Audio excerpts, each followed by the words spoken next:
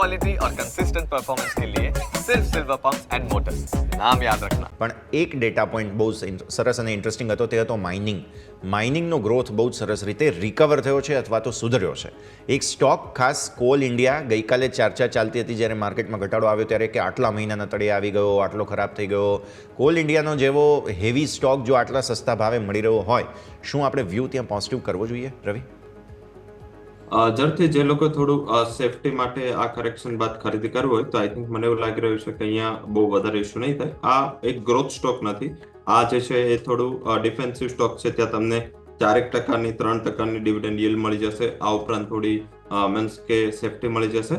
સૌથી positive factor એના માટે છે કે જે આજે જ સવારે મોર્નિંગમાં જે ગ્લોબલ મીડિયામાં એક રિપોર્ટ હાઇલાઇટ થઈ રહ્યો છે એ છે કે ઇન્ડિયા 2027માં ઇન્ડિયાનું જે કોલ કન્ઝમ્પશન છે એ રેકોર્ડ સપાટીએ પહોંચી શકે છે. અને ઇન્ડિયાનું જે ડિપેન્ડન્સ છે જે અત્યારે ક્લીન એનર્જી ઉપર છે, જે રીતે ટ્રમ્પે પોતે પેરિસ એગ્રીમેન્ટને તોડી છે અને યુએસએ ખુદ આ એગ્રીમેન્ટ તોડીને ફોસિલ ફ્યુઅલ પર ફોકસ કર્યું છે.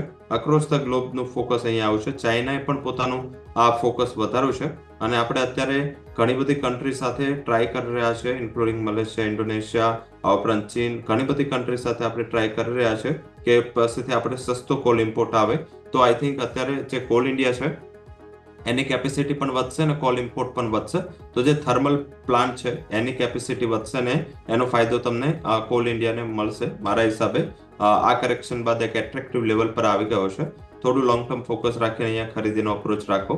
આઈ થિંક મેજરલી એવું લાગી રહ્યું છે કે નિયર ટર્મનું જે કન્સોલિડેશન 340 થી લઈ 400 હોઈ શકે છે.